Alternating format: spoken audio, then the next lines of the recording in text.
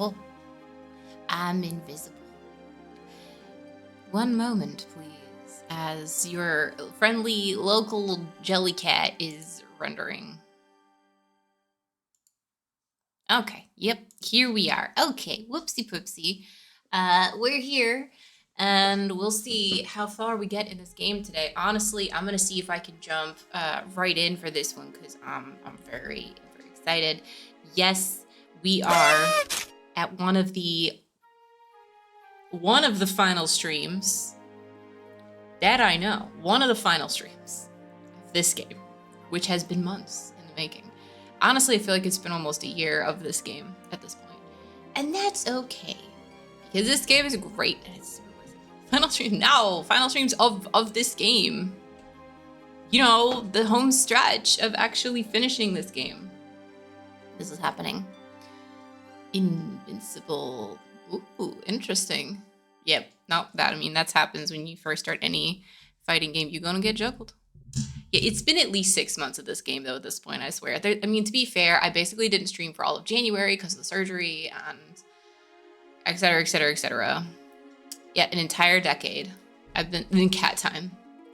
Correct. In Jellycat time, it's been a million years. Now, Jellycat time is basically like ADHD time, and that, like, everything is simultaneously way longer and way shorter. Forever. Always. 8 months. Oh my gosh. That's so long. And you know what? That's okay. That's okay. Because what matters is that we're having fun and great conversations and all that stuff, which we have been. Now, can I remember where we were? Ooh. I think I just unlocked it. Let's see. Okay, I pulled out his phone. Okay. Bomb was set to detonate in response to a specific piece of music. A ringtone on Hitomi's phone. Yes. Exactly. Where could the bomb be hidden then? Stanley didn't have time to think. He needed to alert Kano and the others right away. As he pulled out his phone again, he recalled the map of the stakeout positions. Kano would probably right next to decoy Alphard. Might be a mistake to call him under the circumstances. Maybe he couldn't risk calling Kano, but he could call Achi. Stanley dialed Achi Endo's number. Please don't let me be too late, he muttered to himself as he waited for the call to connect. But although he called repeatedly, Achi didn't pick up. Was he already too late? Stanley dreaded the answer to that question. Is it keep out? Is it keep out? Okay, that's where we're at. We're at a keep out here. Cool. We can go to Achi. Who does Kano jump to? Stanley.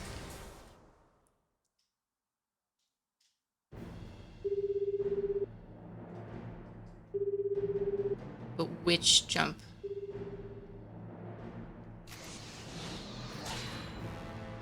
825, that's not gonna... No, that's not what we need. Let's try going to Achi? Hold on, no. I think we need to go... Oh, Tateno. We need to go to Tateno because Tateno... Okay. Got jacked. Yes, exactly. We're trying not to get Tateno killed. Thank you, yes.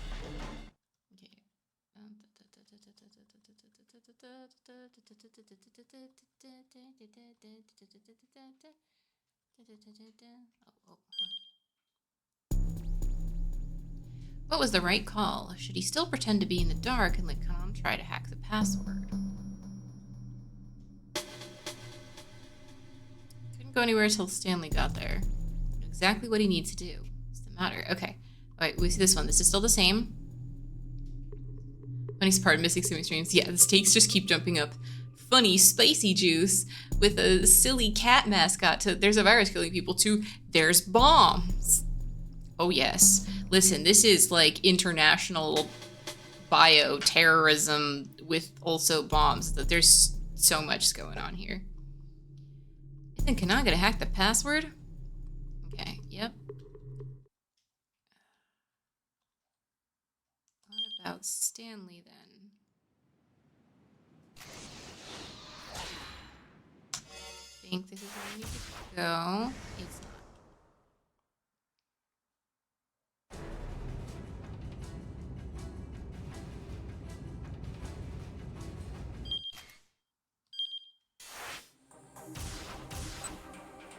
Wait, or was it? But it didn't unlock this, so no. Needed it like a 9, oh, whatever. Okay, hold on, let's look at this. We can't let her call Hitomi, that's for sure.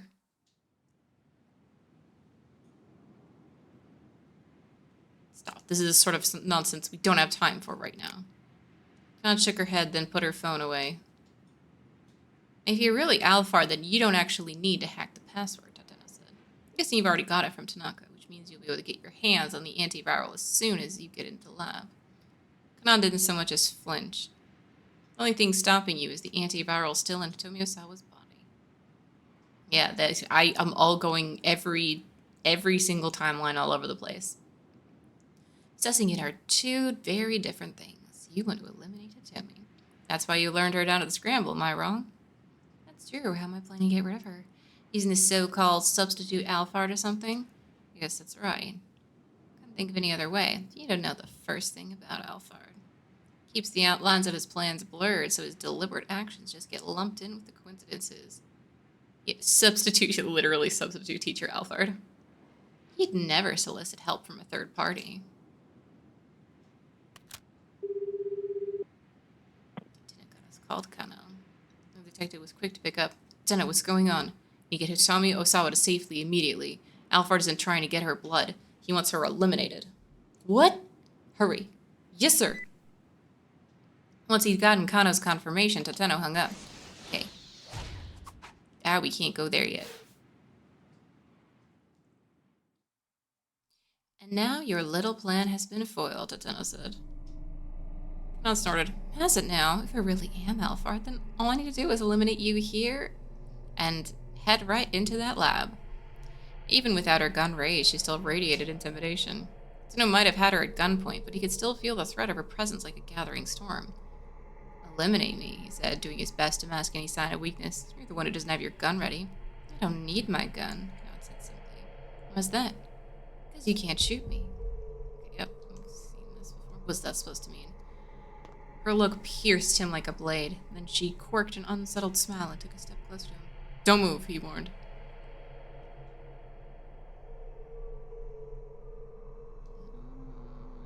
I don't think it really matters which one you say.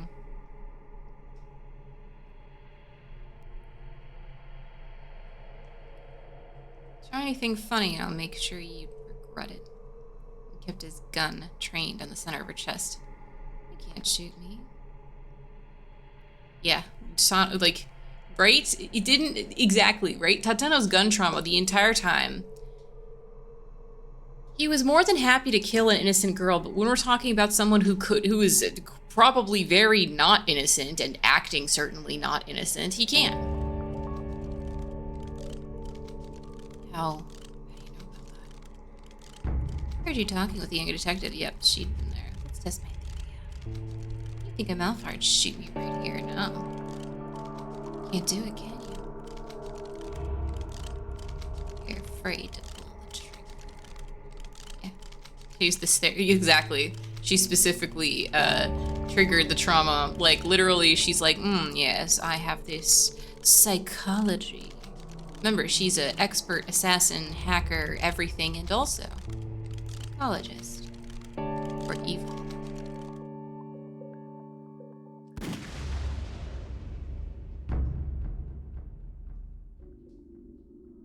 If he hadn't fired back then, maybe Katone would still be alive. Your friend's entire life was changed because of you. Why hadn't he tried to talk the culprit down? He knew the reason why, because he loved Katone. He'd still loved her, even after she'd become Daisuke's wife. His desire to be the one who saved her had warped his sense of judgment when things had come down to the wire. Katone, do you not enjoy being with me? There was a forlorn look on Katone's face. It wasn't that he didn't enjoy being with her. Her very presence soothed him. The more serious their relationship had grown, the more it tore at Tateno's heart. The truth was that he didn't really know what happiness was, and so he was incapable of making someone else happy. If it were possible, he'd want Katone to be smiling always. And that meant her being with someone other than him. I I think it would be best if we stopped seeing each other. It's a nobler. I mean, that's what you say when you're dating someone. Not okay. All right. I'll just say that's an interesting translation there. Wait. Wait, what? No, wait. Oh, wait, he was breaking up with her. They were a thing? Wait, they were a thing? I thought I thought she was with the other guy first and immediately. No. See, that's terrible. That's terrible. He hadn't broken up with her because of any lack of feeling for her. Rather, the impulse had actually sprung out of his pursuit of human warmth and his growing fear of losing it. He'd just been so uneasy. More than anything, he'd been afraid that he wanted too much love and affection from Kotone. You know, don't talk to another person about it. Don't let them make their own decisions. You should make the decisions for them. You should always make the decisions for other people and take away their agency. I know it's complicated, but definitely the best thing to do is to never let the other person have a say in how you affect them. Definitely the way to go. In case it's not clear, this is extreme sarcasm. Bit by bit, Tateno lowered his gun, his hand ever more unsteady. His heart was on the cusp of breaking. Kanan continued with her diabolic whispering. You can go ahead and kill me, but if it turns out I'm not Alphard, what then? Now she stared at Tateno with an almost pitiable look. You'll have once more done something you can never undo. Something I can never undo. Tateno repeated the words dully, feeling himself forced into a trance. That's right. Could you ever accept that? No, I couldn't. Make the same mistake. His whole body felt like it might fall apart. He wanted to drop to the ground and curl up in a ball like a child. And that's why you can't shoot anyone. You can't shoot anyone. Tateno muttered the words. Kano's face appeared in the back of his mind. I can. Tears fell from Kano's eyes as he looked down the barrel of his gun at Tateno. He'd become a detective who didn't lose sight of what he was supposed to protect, no matter the situation. Tateno had nearly forgotten. Nearly abandoned his inward promise to be a detective worthy of that final salute Kano had given him. He brought his gun back up to bear. Don't be absurd, Kanon mocked. You can't shoot anyone. Actually, I can. The words creaked dryly from Tateno's throat. When there's something I'm supposed to protect, I can shoot. The memory of Kano weeping but taking aim had given him the resolve he needed to face down an opponent who ought to have terrified him. I learned that from someone who was terrible at his job. Kanon's eyes went cold. Immediately she lifted up her gun again. Once more their eyes locked, sparks of hostility crackling between them. But almost immediately, Tateno could sense the difference in skill between his opponent and himself. The young woman radiated a deadly aura. Yes, because you let her pull her gun up instead of shooting. Just saying. The force of her stare was like a knife pressed to his throat. She'd borne witness to carnage and bloodshed the likes of which he couldn't even imagine. Kano did not die, but he had a big salute. Because he's basically Tateno is basically on a suicide mission right now.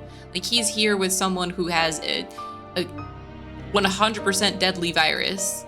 So, yeah, we had to find that in a walkthrough, that he had to do a salute. Because some of these are a little bit, some of the solutions are a little bit obtuse, because you can't really know ahead of time what the clue is. A lot of the clues are good. 99% of the clues are good. It's really the 1% of the time we're like, eh? Like with the other one where you're supposed to, where the worst one, which honestly was the only really bad one from my very personal opinion, was there was a choice that you had to make the wrong choice multiple times to, the TV one. You had to make the wrong choice to unlock something. So I made the right choice the first time, and then I was like, but why is it broken? Because you have to do the wrong choice and then go back and make the right choice. It's very specific. That it's the only time I'm like, no, don't do that. He couldn't win this. She would kill him, guaranteed. Tetsuno braced himself for death, never taking his eyes off Kanan's. Nothing else, he needed to buy time for Kano to get that password. But he couldn't do that. Could he do that, given the opponent he faced? Yes, somehow he would do it. As a detective, as a man, even if he had to give his own life to succeed.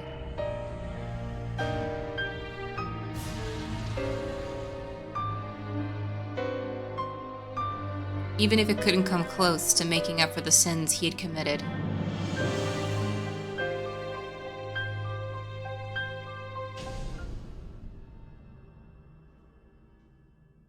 End. Ooh, okay, we took him to the end. Okay.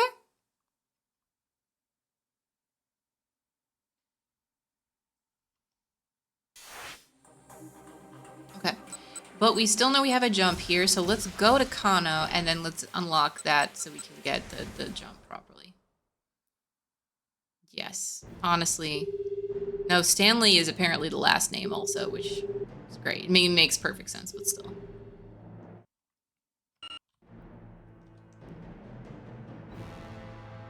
Looks like we'll be able to have that beer together after all.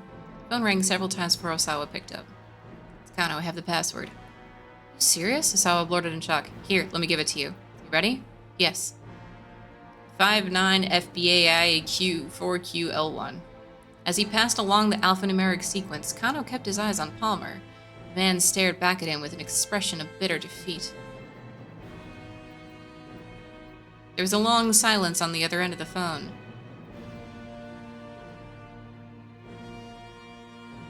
Then at last, Osawa's excited voice came through.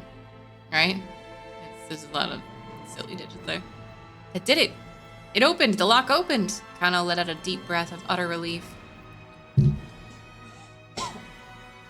I just don't know why he had the real password. I'm still confused about that. Palmer snorted. You're really satisfied with catching me and saving the life of one girl. I suppose it's the Japanese way to forget the pain that's been visited upon you. Hold on, I really need a coffee.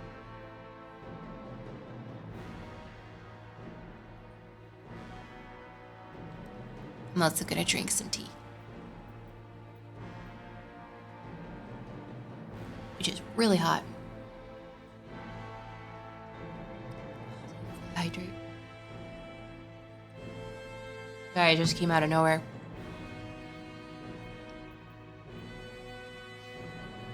I suppose it's a Japanese way to forget the pain that's been visited upon you. But it's not over. The bloodshed will continue all over the world.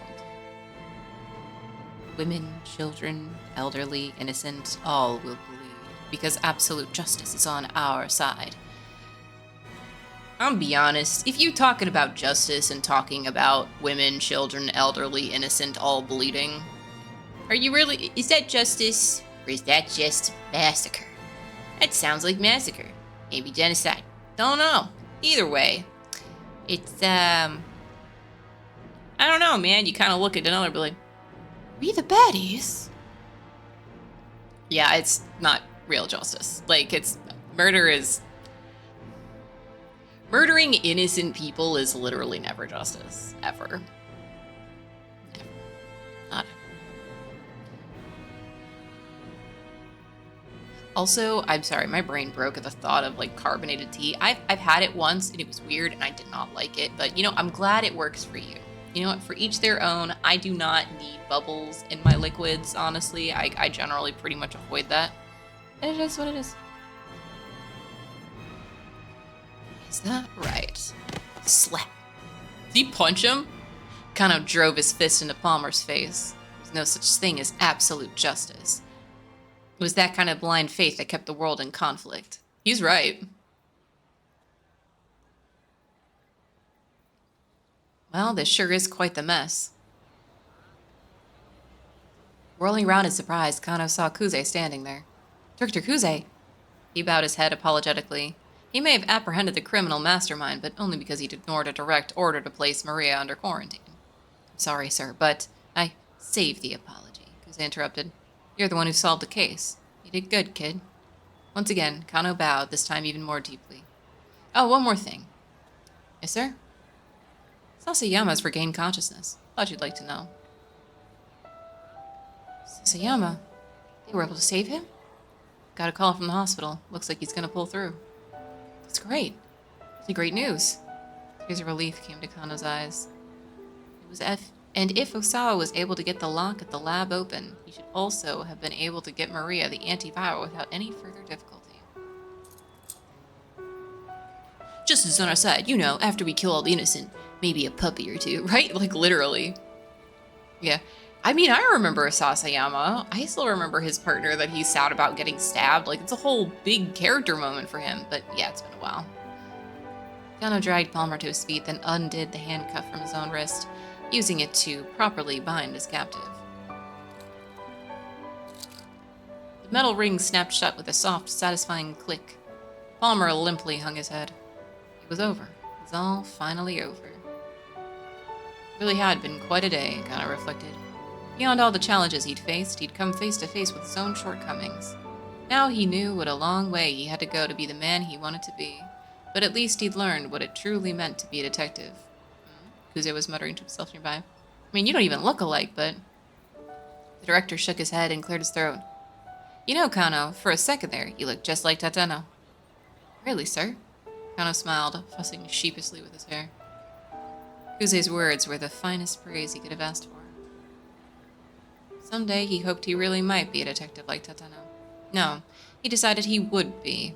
And until then, he'd never give up on that dream. It might be a long, long road, but he would walk it.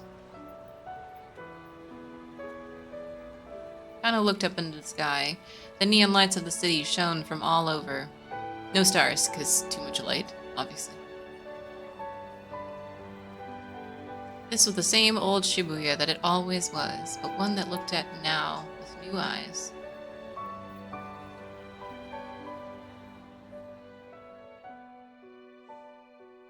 More tea.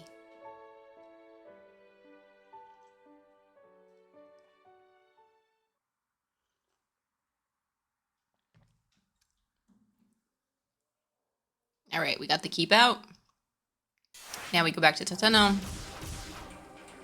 The jump is here.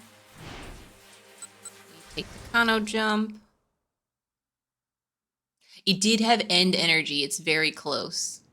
I mean, they're a lot. This whole time they're like, you know, saying, "Oh, it's about to end. It's about to end. It's about to end."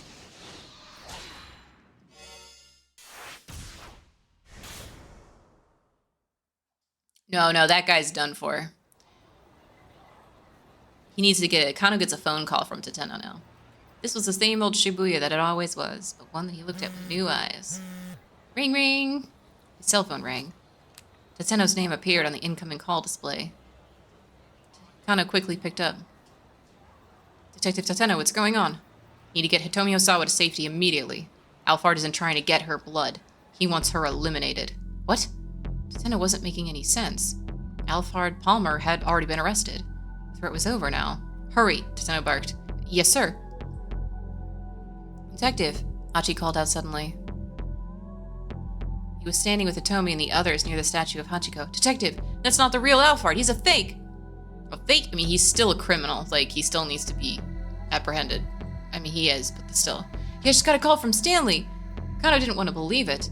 If this Alphard was just a decoy, that meant the real culprit was elsewhere, still in the loose. Hachi's voice rang with desperation. He said the real Alphard is planning to get rid of both Hitomi and the fake with some kind of bomb. To get rid of Hitomi? That lined up with what Tateno had called to warn him about. Must be true then. Once again, Kano tensed. The bomb? Where? Give me the Explosive Ordnance Division, someone squawked. A team made up of the Tokyo Metropolitan Police Department Security Bureaus. That's like 6 words before you even get past the adjectives. Yeah, yelling about bombs in the middle of the street's not great, but like it's kind of the right time for it. Hello, Interactive. Great to see you. Enjoy the lurking. 1st, 2nd, 3rd, and 6th riot police units, as well as the support vehicle division, or unit. Division members are trained in explosive disposal. Typically, a dangerous explosive is frozen with liquid nitrogen, then moved away from the site via a support vehicle. The bomb is then detonated in a safe location. Explosives are almost never dismantled on site. "We've got an emergency here," was Kuze practically screaming into his cell phone. "We're at the Scramble outside the station. Hurry!" The director started running towards the precinct, still shouting as he wove his way through the crowd. Kano felt himself starting to panic. If Hitomi and Palmer were the targets, the bomb had to be nearby. He stormed over to the captive. "Okay, where's the bomb?" he demanded. "What are you talking about? Don't play dumb with me. I already told you the password," Palmer said. "What point would there be in keeping things from you now?" He had a point. If he had known about the existence of a bomb, he'd kept it a secret so far. Getting him to reveal it now would not be easy. Kano decided just to have to go look for it himself. He took a deep breath and tried to think logically. If he were Alphard, what would he do? How could he ensure that he'd eliminate both Hitomi and the fake Alphard at the same time? The statue of Hachiko. Where would he plant a bomb in order to pull that off? The minivan? I mean, I guess, but like...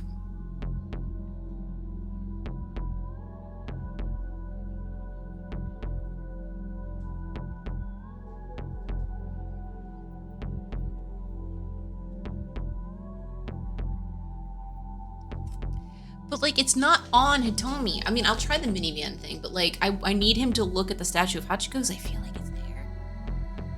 In a minivan, he was going to try the same ploy over again.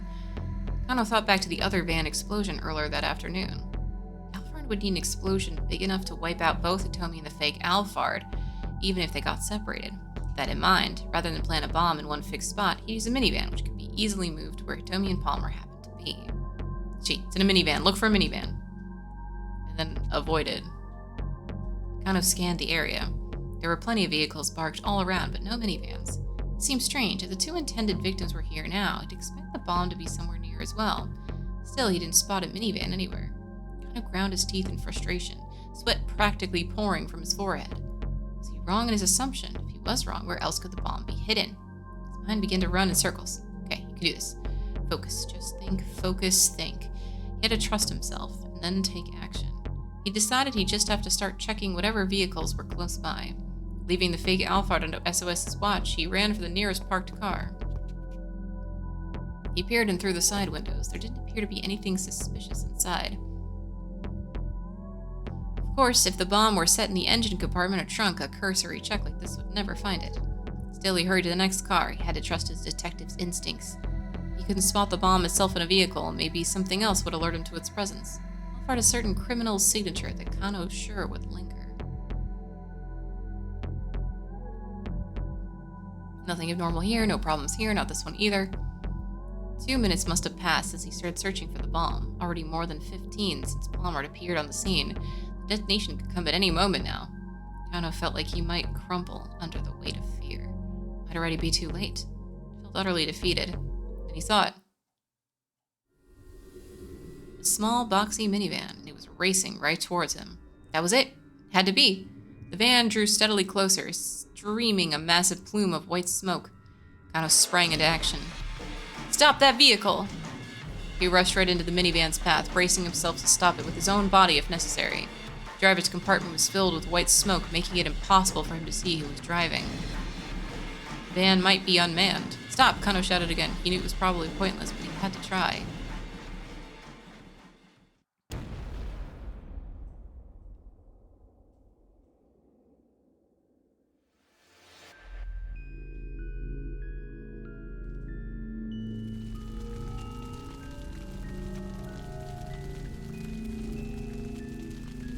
Kano whirled around. He could see countless bloodied bodies scattered across the pavement. What the hell had just happened? It wasn't the minivan that exploded. The bomb must have been hidden somewhere. Yeah, it's in Hachiko. No. How? Kano crumpled to his knees. The minivan drove on right past him. A chilling breeze in its wake washed it. Why was it filled with smoke then? Right? Like, he doesn't weigh enough to stop a minivan with his body. Like, you just can't do that. Chilling breeze in its wake washed over him like the winds of despair.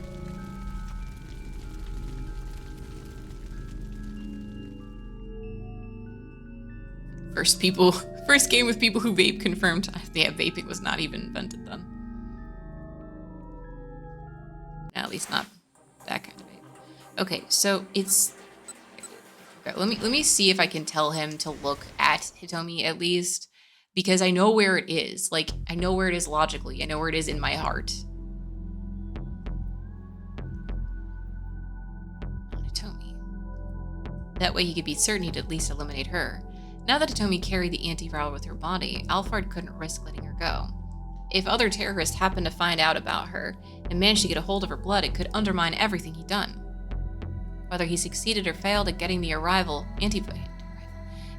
from her, killing Hitomi must have been part of the plan. Pardon me, miss. Just need to search you real quick. Hitomi hesitated, then gave a firm nod. Achi, keep an eye on this guy. Kano called out, gesturing to Palmer. If he tries anything funny, feel free to punch his lights out. Okay, sure thing. And he would. Carefully scanned Hitomi from top to bottom. A cursory look was tell that there wasn't anywhere on her person a bomb that could feasibly be hidden. Nonetheless, he did pat-down search just to be sure.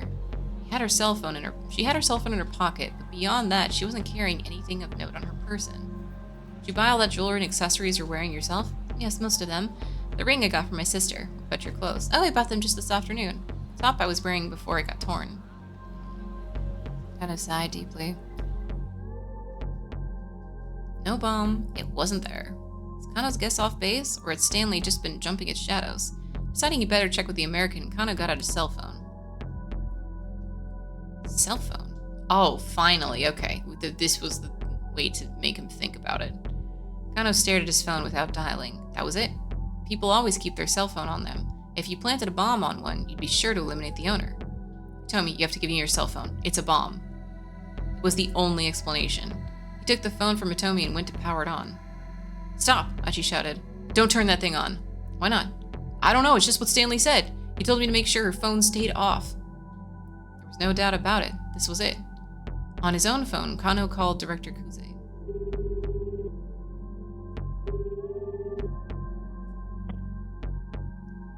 It's Kano, I found the bomb. I mean, it can't be in the cell phone. It cannot be. That's not, it's too small. It's a miniature explosive inside a cell phone. Kano described the dimensions and weight of the phone. The director ordered him to stand by until the bomb squad arrived. Kano hung up, then gently set Hitomi's phone down on the ground. Well, what do we do? Achi asked. For now, just let me handle this. We don't know when or how this thing might explode. You guys get out of here, but... Look, just get out of here. I'm just waiting for the explosive ordnance unit to get here. After that, I'll clear out too. Don't worry. All right. Achi took Hitomi by the hand and turned to go. Yeah, because it's not in the phone. It's just the phone is just the detonator. Chuck it in a sewer, right? Well, no, hold on. Sewer systems are really important. You can't just explode those.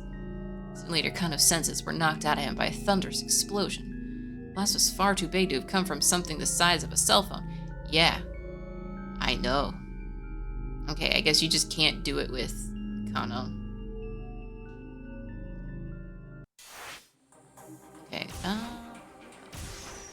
Okay, we have Stanley.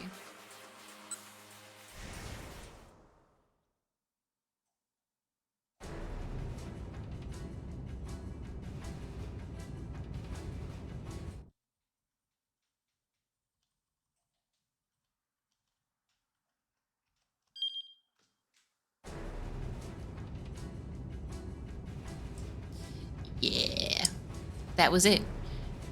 The sewers are really important stuff. Watching the pit. Never heard of it. It's on the billboard, yeah. No, there's a lot of like really old companies and stuff on some of these things in Shibuya. Scramble, it's pretty cool. Still capitalism, but you know, old capitalism with some nostalgia. The bomb was set to detonate in response to a specific piece of music. The ringtone of Hitomi's phone was the trigger. Where could the bomb be hidden then? Need to alert Kano. Followed the map. Kano would probably be right next to the decoy Alphard. It might be a mistake to call him under the circumstances. He couldn't risk calling Kano. Please don't let me be too late. Achi was quick to pick up. Mr. Stanley, what's going on? Understood.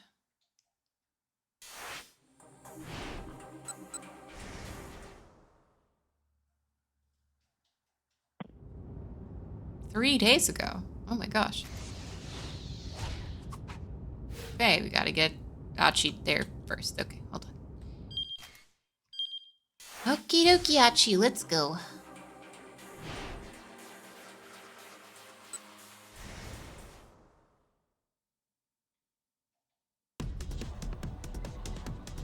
Why did he still seem so confident? Something definitely didn't feel right. He really doesn't care if he survives. Oh no, it's gonna release the virus. Accepting it would kill him too. Enough of the high and mighty act.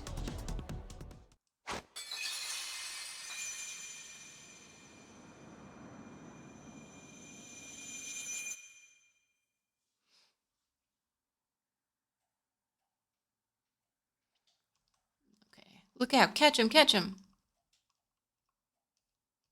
How many did this guy even thrown? There's no way to tell for sure. Even if one of them broke open, it would be a death sentence for Shibuya. They had to make sure they caught them all. Spinning around in the midst of the chaos, Achi saw Susumu catch one vial deftly. Many of the other gang members appeared to have done the same. "There's one more over there!" The desperate shout had come from Hitomi. She'd spotted a vial sailing in a high arc away from all the SOS members. "Damn it!" She launched into motion, ignoring the searing pain in his leg, but the falling vial was so far away. Yeah! It was now or never. He threw himself into a headfirst slide. Nice catch. Gang members broke out into cheering and applause. Achi got to his feet and looked around, but saw no sign of either Kano or Alphard. "Achi, if you're looking for the detective." Susumu gestured with his chin. Achi looked and saw Kano far away across the scramble, chasing after Alphard. Soon, both men were lost in the crowd. Achi would have charged off in pursuit as well, but his wounded leg made that impossible. "Get him, detective." Remembered under his breath, "We're counting on you."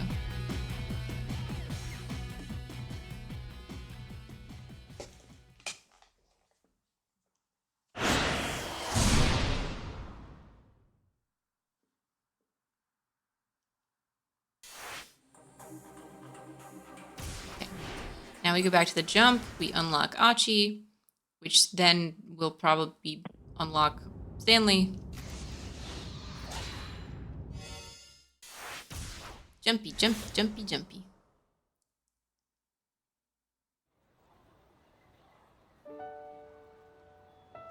Eventually, Achi spotted Kano on the far edge of the crowd.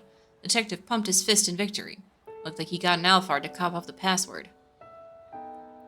Thank goodness. Finally, some really good news. Now Tomi and Maria were both safe. A surge of relief went through Achi's body. Unexpectedly, a cell phone rang. It was Stanley. There's the jump. "Mr. Stanley, what's going on?" "How did negotiations go?" Achi quickly filled him in on the good news. "Detective caught Alphard. He got him to give up the password. I think he's called the folks at the lab." "Does that mean the case is closed then?" "No, not yet. Right now, I need you to do exactly as I tell you." For a moment, Achi's head swam. This isn't over yet? Why? What's going on? If you want to save Hitomi, then shut up and listen. Alright, tell me what to do. First, you need to power down Hitomi's cell phone. Turn off her phone? What for? Stanley serious or just messing with him? Pretty sure there's a bomb somewhere near your location. A bomb? Achi's voice squeaked into falsetto. The guy that Kano apprehended is a decoy. The real Alphard is planning to eliminate Hitomi and the false Alphard at the same time. Eliminate both Hitomi and his own decoy? Why would he do that? And if the guy they just captured was a fake, who was the real Alphard? Couldn't wrap his head around it. The more he tried, the more his thoughts became a jumbled mess. Listen, first turn off that cell phone. Then go look for the bomb. Okay, got it. Right now you just need to do what Stanley told him to do. He didn't have time to make sense of the situation. Hanging up, he called out to Hitomi. "Hitomi, you have to turn off your cell phone." She stared back at him, too confused to ask. "Look, just hurry up and do it." "Right, okay." The real bomb is Achi's brain overheating from talking with Stanley. That is true. Pulling her phone from her pocket, she switched the power off. Then Hachi turned in Kano's direction. Detective! Kano's looking at him, seemingly already aware that something was amiss. That's not the real Alphard. He's a fake. A fake? Yeah, I just got a call from Stanley. He said the real Alphard's planning to get rid of both Hitomi and the fake with some kind of bomb. Kano hurriedly turned to the fake Alphard and began a fresh barrage of questions. Meanwhile, Hachi's mind was racing again. The bomb was meant to wipe out both Hitomi and the imposter. It'd have to be pretty powerful. So it couldn't be anything particularly small. Where could the bomb be hidden then? Scanned the area but didn't find any place that seemed plausible. Kano made his way over to Hitomi. Pardon me, miss. Just need to search you real quick. Wait, had Hitomi been planted with a bomb? Hachi, keep an eye on this guy. Tries anything funny, feel free to punch his lights out. Sure thing. And she took up watch over the decoy Alphard. The guy was handcuffed, but still a diabolical terrorist. Hachi knew he couldn't let his guard down for a moment and kept his close eye on a fake. Well, we're going to see the bomb from the other angle. Yes. The devs got very excited. Especially towards the end, it's really important to have that feel of like, it's a game still and not just a story you're watching from multiple people's point of view.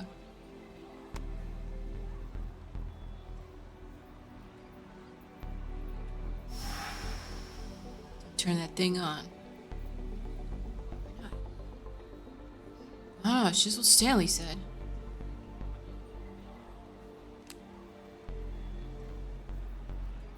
Kano dialed up the police. Blah, blah, blah, blah, blah. Hitomi's phone itself might be the bomb. It's not. Wait. She found himself doubting the phone bomb idea. If Hitomi hadn't brought her cell phone with her, what would have happened then? Would that just mean there'd be no explosion here? Yeah, there's probably just two ways for explode. There's probably both a timer and also the detonation. But surely Alphard would have thought of a way to eliminate Hitomi and the decoy crook, whether she had her phone or not. It was too worrying a prospect to ignore. She waited impatiently for Kano to hang up then this.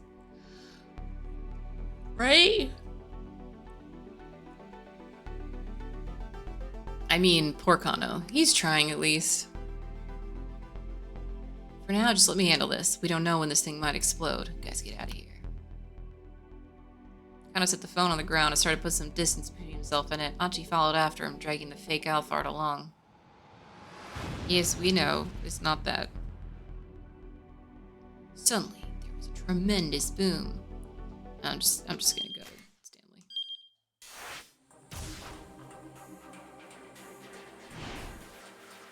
We still have to keep out? Hold on.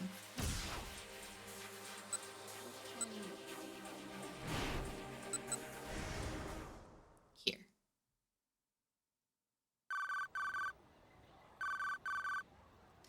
Yeah, no, we definitely know that phone bombs are not particular. Listen, if phone bombs were like a real common and thing that like you could actually do, it would be all over the place. Now, phone as detonator, that's a thing. Please don't let me be too late. Muttered to himself, waited for the call to connect. Hachi was quick to pick up. He's calling the folks aloud. Does that mean the case is closed? I need you to do exactly as I tell you. If you want to save Hitomi, then shut up and listen. Power down Hitomi's phone. I'm gonna drink tea while skipping past this part out loud.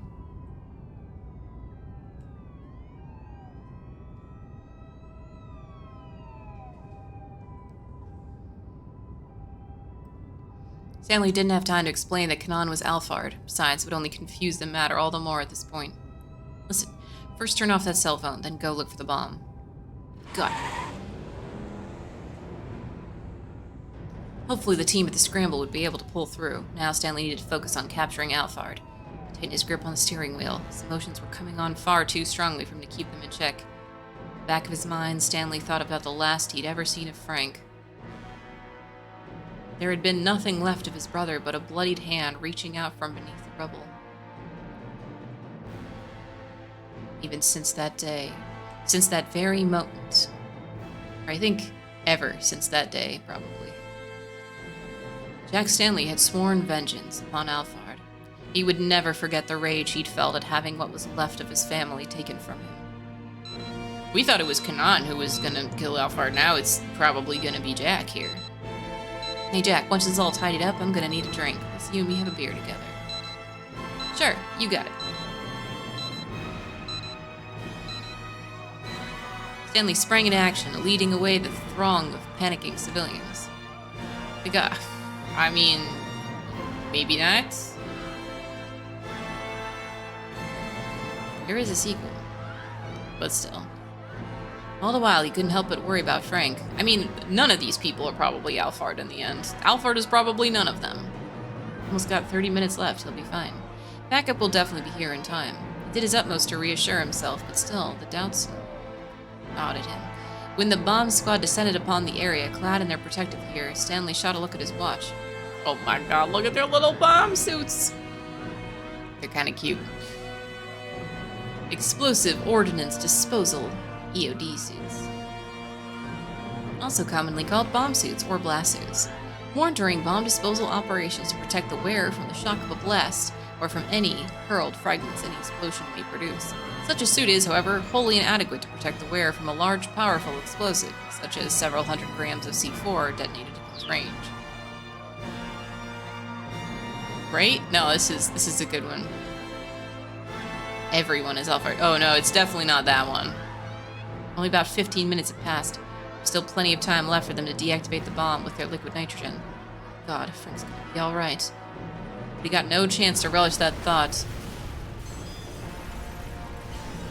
Yep, you assume it's gonna go with 0, and it just isn't.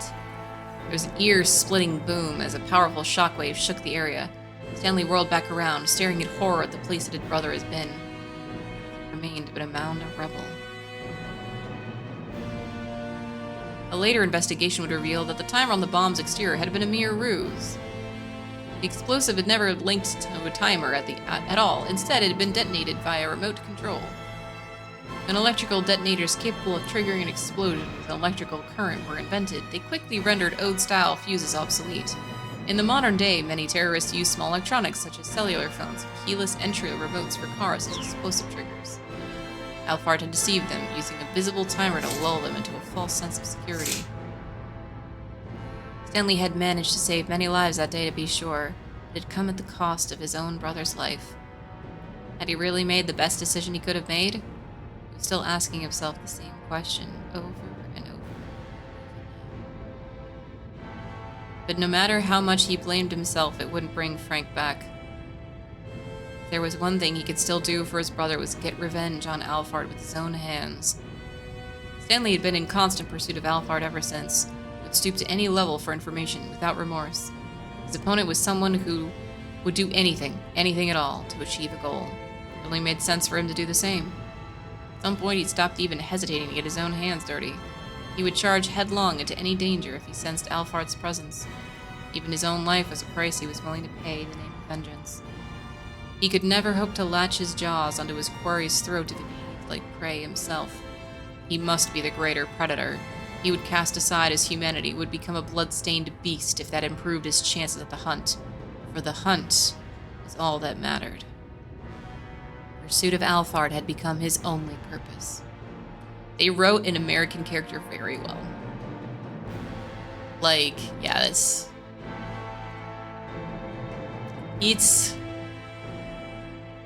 a super common trope for like these like I'm gonna do anything I can to get revenge kind of like American characters, especially like they get your hands dirty, whatever, to become a beast. I haven't seen that trope as much in Japanese media. Let me think. Revenge to that degree. I mean, I'm certain it is also in Japanese media, like the revenge to that degree, but I feel like it might be more common in American media, and I am absolutely 100% not qualified to make that statement. I'm not even a little bit qualified to make that statement. It's just from my own personal experience, I've seen it so much, right? It's usually the wrong path, right? Like, that's the thing. Yeah, you know what? That's what it is. Like, in a lot of Japanese media, you'll see it, and that person becomes usually the villain. That's almost always the villain's path, not the hero's path. Whereas I've seen that be the hero's path. Like, literally, you think of, oh gosh, what's that movie with Liam Neeson? Taken? It's like when his daughter gets kidnapped and he literally is like, I will find you and I will kill you. And then he goes on a killing spree and murders like everyone to get his daughter back, right? Yeah, Taken, exactly, it is Taken. So, like, that's the hero's path. We see that as the hero's path, right? And like Kill Bill, similar idea, right? The hero's path to become a beast and to succeed in your revenge, right? It's interesting, actually, because, yeah, no, I struggle to think of any Japanese media where, like, that's the hero. Like, maybe it's something that happens and you realize, oh, what have I done, right? But there's a surprising amount of it where it's, oh, this is really interesting. I have to think about this more later. But anyways, we continue. I want to see what's actually happening with this because it's really intense. Yeah. Berserk, all about rehabilitating from the mindset. Yes, it's all about revenge, but it's also, Berserk is also really complicated. So, but yes, it's, yeah. Came back into the moment, he marveled at his own ferocity and at the depth of the wound he'd suffered. Arresting her is enough, I'll make her pay with her own life.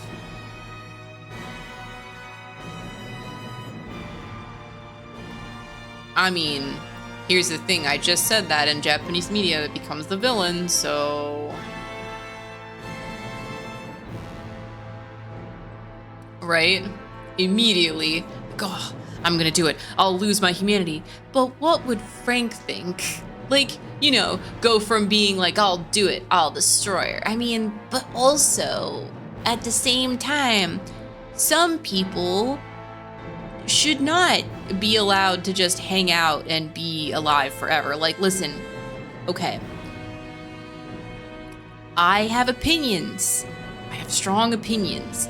Now, in real life, like capital punishment, like the death penalty, we're not gonna go too deep into this one, don't worry.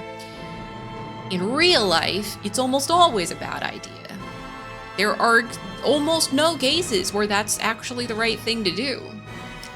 However, there's a lot of stories and a lot of stories where there's just like straight up cartoon villains in anime and Marvel movies and Batman, where it's like, have you considered that actually maybe this person should not be allowed to, you know, that they'll actually just find a way out and make more people suffer and be miserable forever? Like, do we always need to be the better guy here? It's not about being the better guy. It's about, does it make sense? Is this person gonna be causing more problems? It's a deep, complicated topic for sure. Yeah. It's complicated because, like,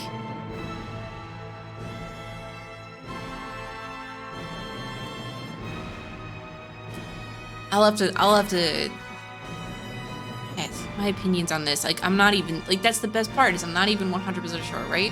Yeah, exactly. Letting a mugger live is completely different. Yeah, Giga Mutant with citywide death potential. Exactly. Like, if this person is capable of escaping, if this person has a bunch of people on the outside, if this person is likely to do the same thing again, it's like, literally, this is one of those cases where you think about, oh, should we, you know, maybe should we maybe not focus so hard on keeping someone alive so that other people can live?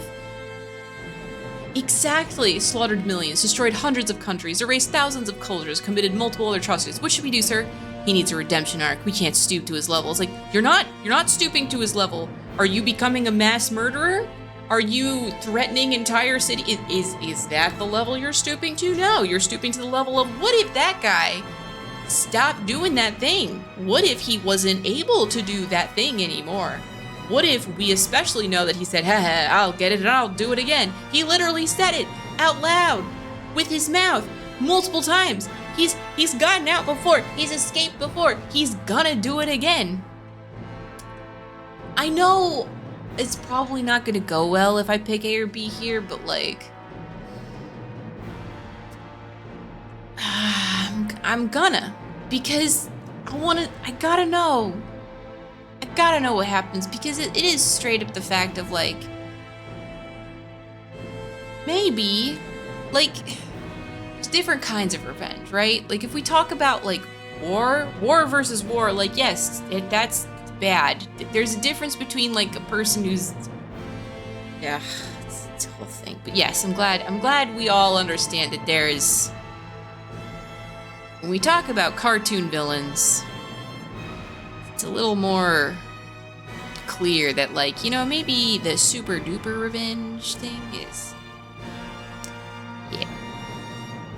If I don't sink to her level, I'll never be able to beat her. Stanley's heart had room for nothing but revenge. The law wasn't gonna punish Alphard. It's levels 2. Yes, here's the thing. Every single thing, just like every single person, because we're all unique, requires context sensitivity. And being sensitive to the context of these things are really important. Because, yes, you know, it's a thing.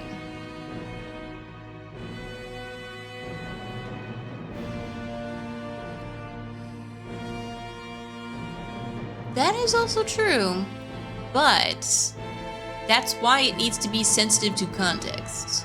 Where, like, you can think about the difference between just, you know, some guy, someone trying to make ends meet. Like, you gotta think about what's the mens rea? What is the person's goal? What are they trying to do? Why are they trying to do it? Very, very, very important, right? The law wasn't gonna punish Alphard, Stanley was. He didn't care if anyone else thought it was a petty vendetta. Only someone who'd suffered the loss of a loved one at the hands of a vicious killer could understand his seething resentment.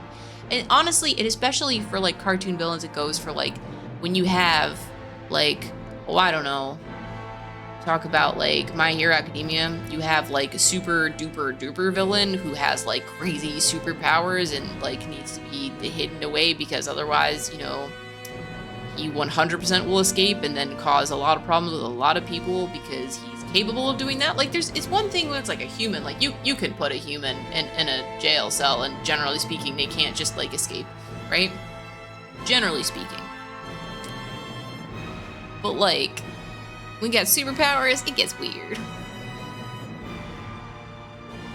If you zoom out enough, it can be black or white enough to make a decision. The granularity of context really depends on the individual line in the sand for potential damages they're willing to accept to be undertaken.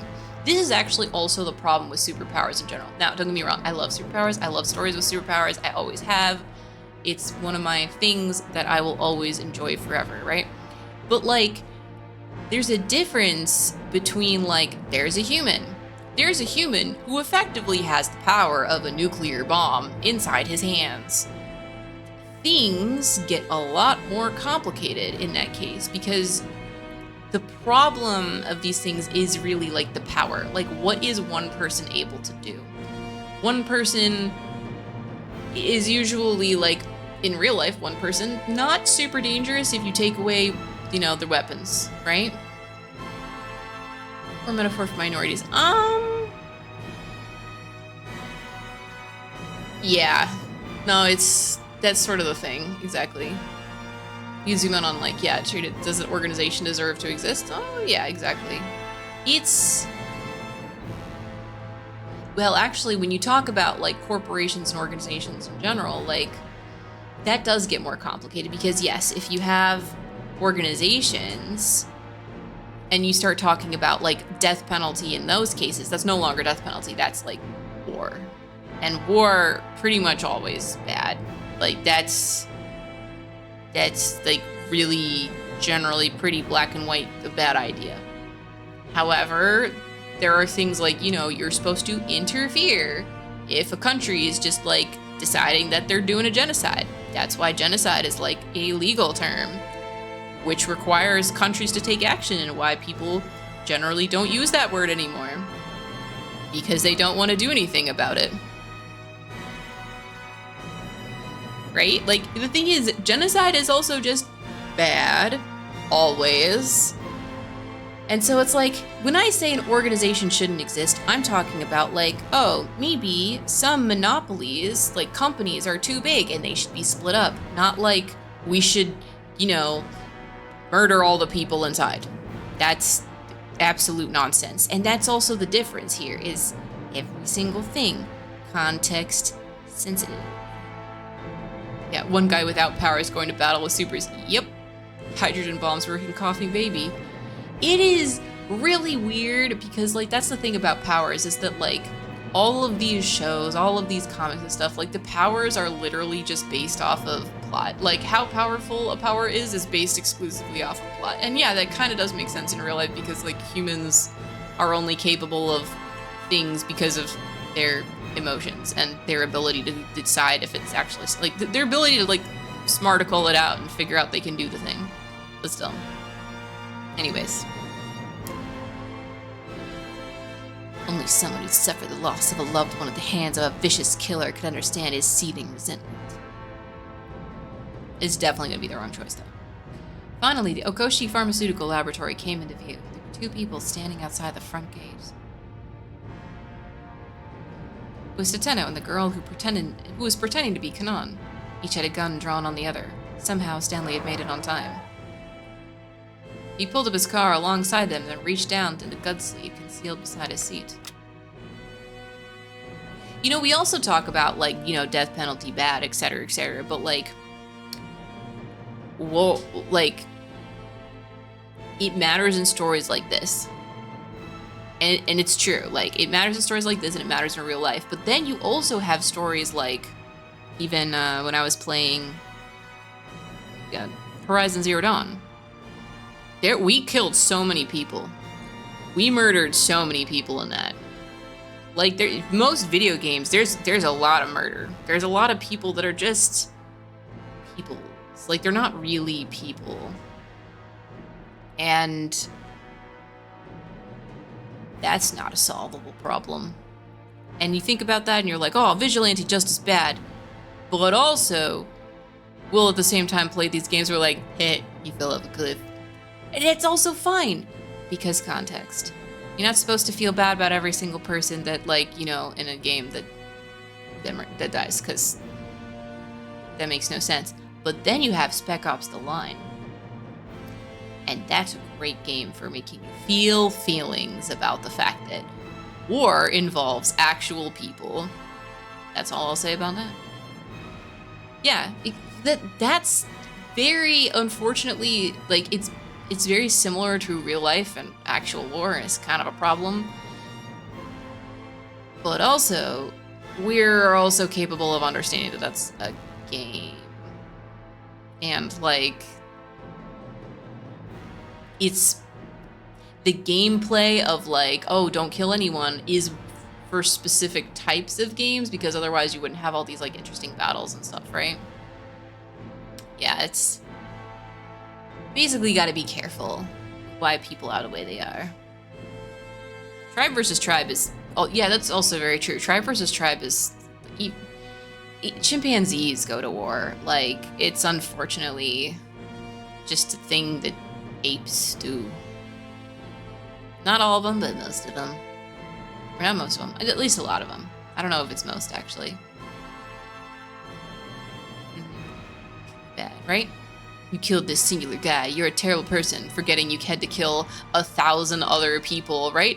They don't count. They don't count. And that's also the thing. Like, no. I remember seeing this on somewhere from something screenshot from the internet where, like, you know, you go to the end and you're like, get to the bad guy. You know, oh, I know you just tried to kill, like, the entire city and poison them or whatever, but I'm gonna let you live because I'm not as bad as you. Despite the fact that on the way over there, henchmen left and right, absolutely destroyed. Just a trail of blood coming up to this guy's door. But no, the guy who actually wanted to kill all the people and will do it again. Nah, we can stop here. That's the guy who makes us feel feelings. The other people aren't real people. Don't worry. Right? A few of them do humanize it, but... And it's cool when they do, trust me. It's definitely my favorite thing to see. Like, I prefer it, but sometimes is what it is. Or, like, oh, you know what also is a humanizing thing for, like, the enemies is, like, The Last of Us, where, like, you find out, like, it's awful. It's the perfect kind of awful because, like, you do have to kill all the zombies, but they're also already dead. But also, like, they were people. And it's extremely obvious that they're people. It makes you feel a lot of feelings.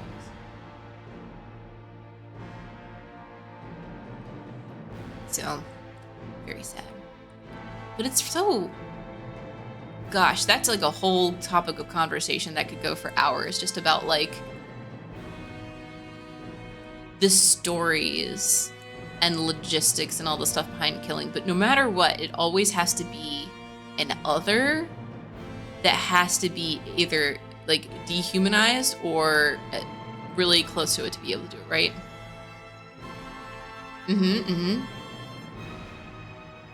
Right? Zombies is a great one for it. Yeah. I didn't play Dying Light, actually. I really should, though. It's on my list for the one days. Yeah. Now, it's tough also because in a lot of these cases, like, there's also, like, when you... Honestly, even a game like GTA, right? I haven't played much GTA. I have watched some, but, like... These characters are humanized, and you kind of are a bad person for killing them. They're also bad people too, but you're also like a bad person. And there are some people that are just like NPCs, right? But like, there's also a lot of characters that are just actual for real characters. And it's really interesting there too, because like, you're not the good guy, and that is obvious, but you're also not necessarily the bad guy. Because everyone there is also making choices to also try to kill you, right? Try to do this stuff. But, like, their own reasons in their own head is like, oh, I'm trying to kill this guy who's trying to kill my boss, right?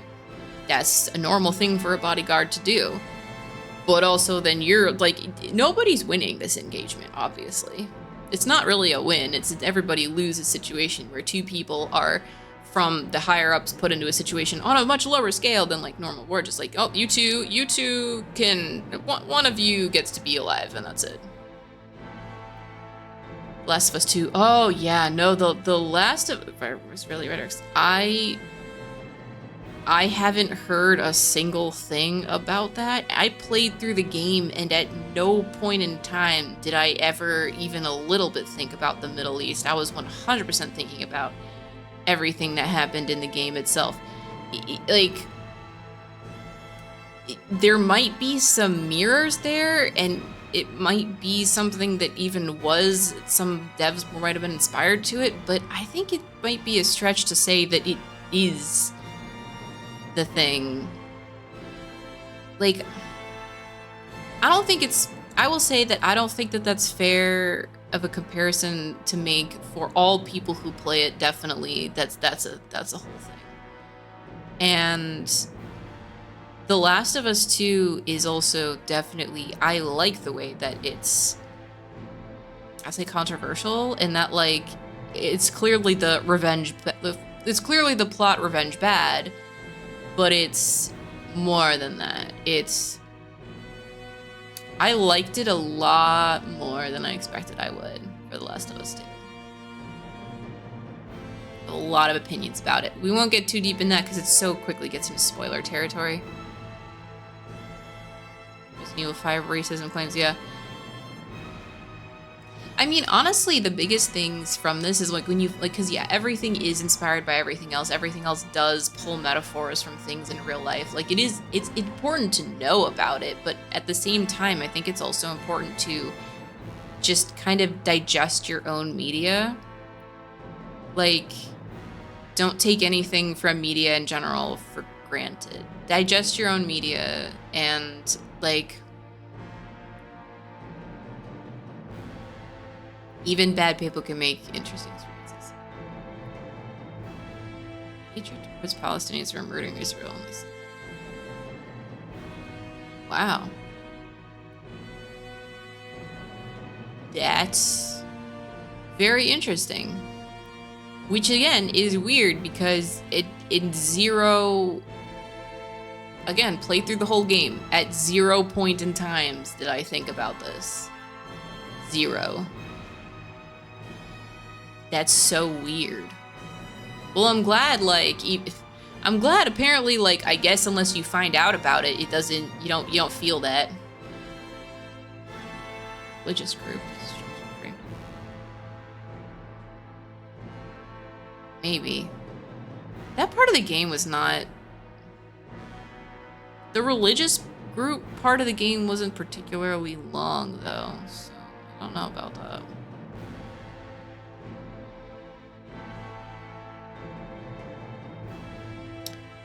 I mean, I'll look that up later because that sounds interesting, but I'm not gonna let it spoil my feelings about The Last of Us 2 because don't need it to. Good to know, though. So he pulled out a 44 caliber Desert Eagle, one of the most powerful semi-automatic handguns in the world. Semi-automatic handgun designed by Minnesota-based Magnum Research Inc. and manufactured by Israeli Weapon Industries. There are various models chambered for different rounds. The largest, the 50 Action Express, is exceptionally powerful in the by semi-automatic handgun standards. His orders were to apprehend Alphard. Right? The Deagle, obviously. Listen, it's also like so classic for like FBI and CIA to be having exactly this, right? His orders were to apprehend Alphard. The smaller Glock on his shoulder holster might be better suited to that end. Even so, he opted for the Desert.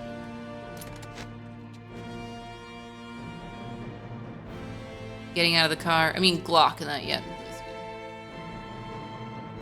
Started pacing towards the young woman. Stanley. Seno glanced over to him, his face pale. Stanley gave a silent nod in reply. He could see the hint of a smile on the girl's face.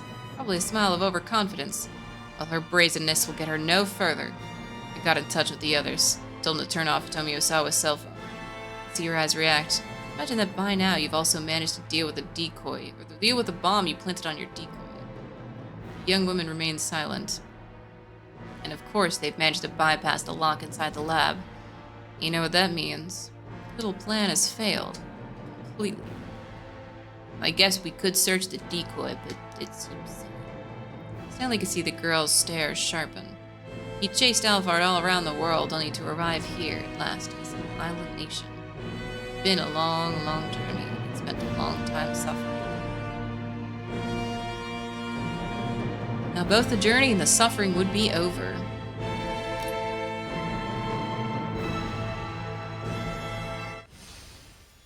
We meet at last, Alphard. End. Okay.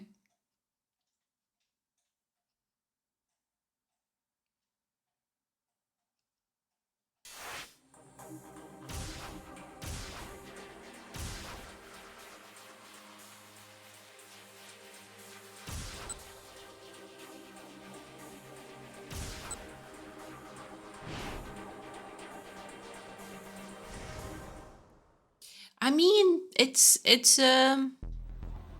we'll see. But yeah, it's a cliffhanger end. So at minimum we can go and we can search here. We can search on the decoy. I mean, there's still epilogue, so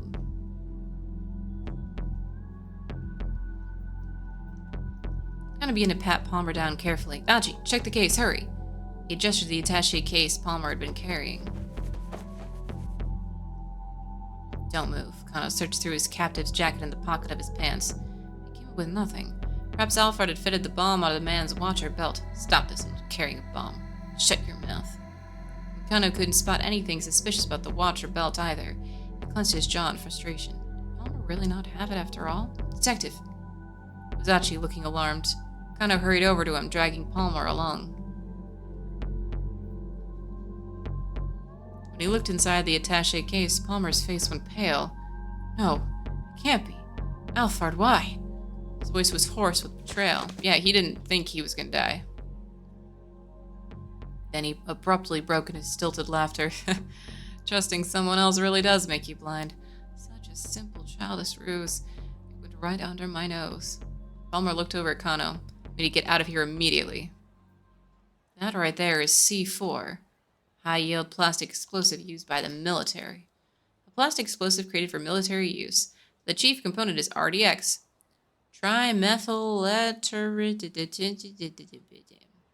Which is combined with the I cannot even try that. which is combined with a plasticizer such as diacetyl silicate. It is highly reliable and used by many military forces around the world, most notably the U.S. Armed Forces. And that's enough to blow this whole area to smithereens. Chill ran up Kano's spine. Spicy Play-Doh. Kind of is. Do not let this man go, he said, handing Palmer over to Susumu. Got it, just leave it to us.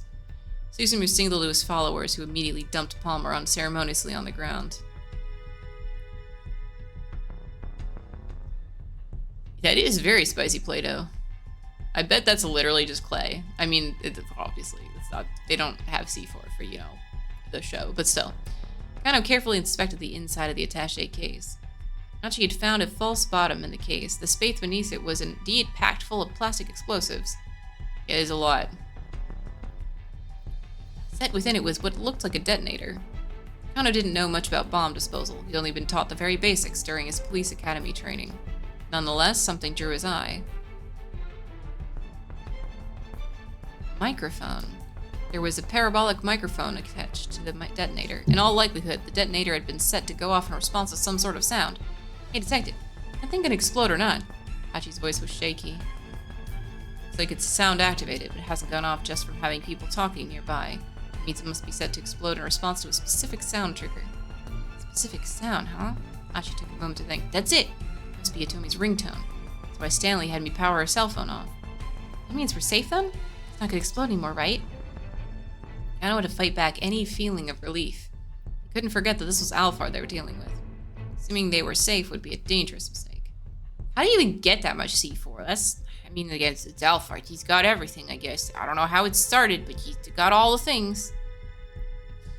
Carefully lifting up the detonator, Kano spotted another cable connected to the bomb.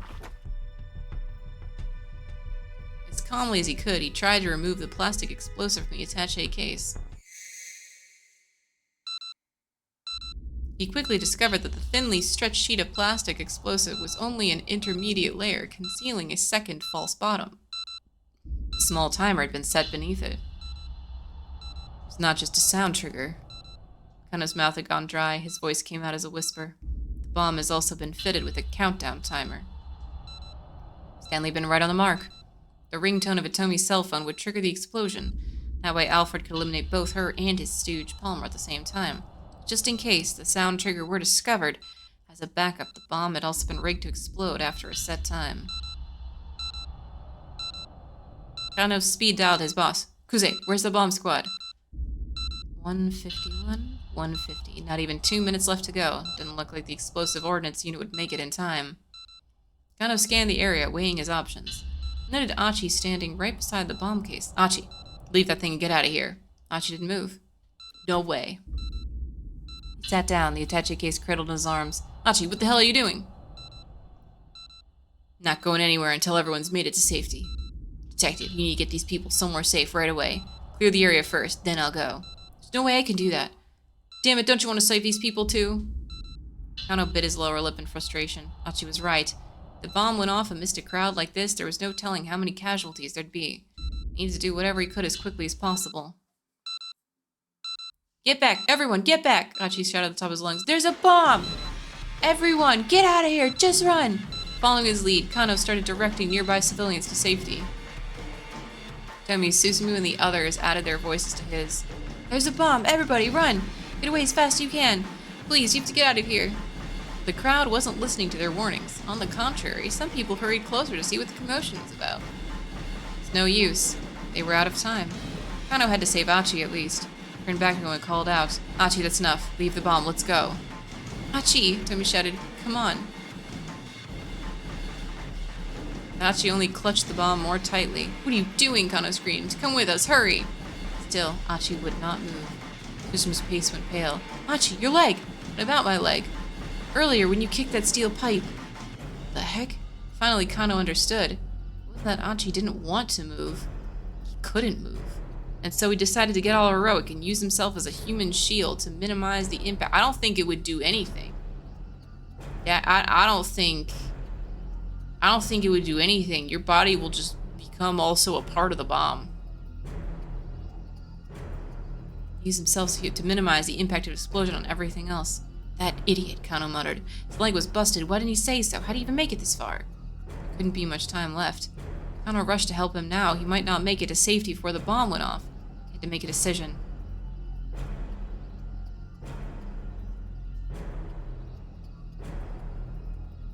Yeah, that's a lot.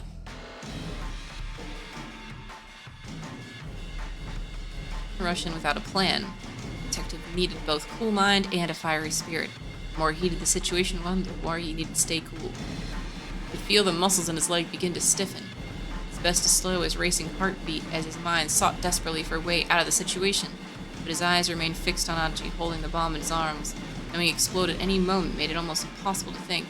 He already tried to calm himself the more his panic grew. He cursed himself for not leaping into action immediately. He should have acted before thinking. It was the only thing he was good at.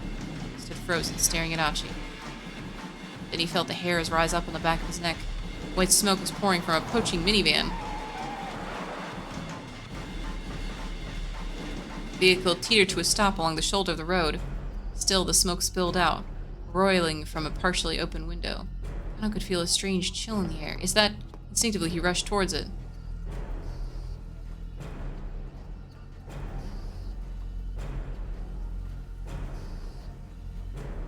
Peering through the minivan's windows, he saw a clunky box-shaped device in the back. It was rumbling fiercely, spitting out an unending mound of white clumps. Dry ice machine. Hey! Kano yelled, banging hard on the door. Open up! By freezing a bomb that used to make an electronic activation trigger, it was possible to kill the battery cell and deactivate the detonator. The explosive ordnance used liquid nitrogen. Nitrogen had been cooled to a liquid state with a temperature below 195 degrees Celsius. It could be poured onto explosives to stop the function of components such as the battery cell for the detonator. However, in situations where the surrounding area can be safely secured, it is preferable to destroy the explosive via detonation rather than simply arrest its function. Dry ice could work as well. It evaporates at negative 79 degrees Celsius. At standard atmospheric pressure, it must be kept refrigerated or it rapidly dissipates into mist, thus its use in smoke fog machines. The odds of dry ice being able to stop the detonator bomb are quite low. Battery cells do lose electromotive force in a sub-zero environment, but there's no guarantee it will actually work. There were 3 men inside the vehicle. Kano shouted at the one in the driver's seat, I need to borrow that machine! Huh? The men replied in a lethargic drawl, No way, man, we haven't even paid this thing off yet. There's no time to explain or negotiate. Kano was just gonna have to take it by force. Hold it right there. Another man appeared to... Oh my god, hello! Welcome back, Minorikawa! The pushy fellow Kano had run into at the scene of the explosion.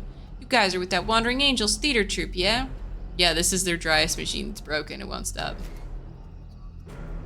The minivan carrying episode 6, the finale. Oh yeah, no, for sure. Those guys are... That is why they are driving like dum-dums. The minivan carrying Tozuka, Bando, and Amo veered wildly through the streets of Shibuya, leaving a trail of white smoke in its wake. The trio, now definitely impaired by oxygen deprivation, came close to causing several accidents. Teetering on the brink of consciousness, they were still trying to reach Endo Electronics when they ran into Kano and his companions instead. After Kano takes the machine off their hands, the 3 will happily head back to the theater, clean up, crack open some beers, and look back over one long, crazy day. Look at the dry ice machine. That thing's defective. The guy from the electronics store said he'd refund your deposit. Huh? For real? Yeah, he told me to tell you. The machine's been recalled. Bring it back for you, so hurry and go open the door. Yeah, okay. The newcomer helped 3 men unload the dry ice machine from the minivan, then turned to Kano.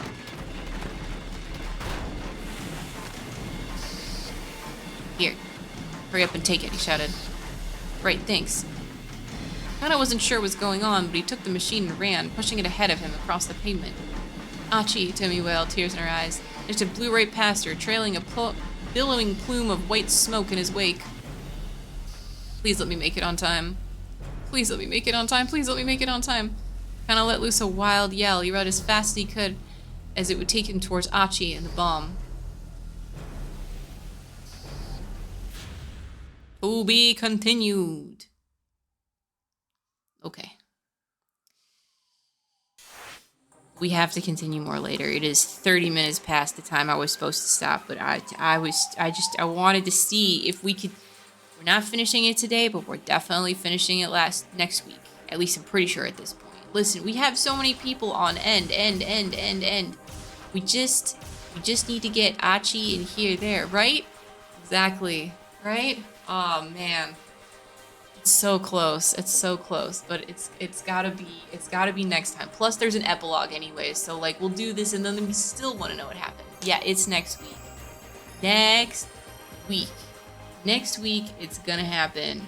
We're gonna get there. We're gonna figure this out. We're gonna find out what's happening. Then we hit Act 2. Surprise, secret Act 2. No. There could be another 2 hours left at this point. I have no idea. That's kind of the best part. Anyways, thank you all for hanging out with me today. This has been a wild ride. Wild. Absolutely wild ride. And, yeah. I'm looking forward to more later. It's true. The surprise was Stanley and Tateno becoming characters all of a sudden. But yeah. So I wish you a wonderful rest of your day and nights and the week, and I will see you next time as we continue into May. Oh my gosh, it's May, y'all. That's crazy. Anyways, night everyone.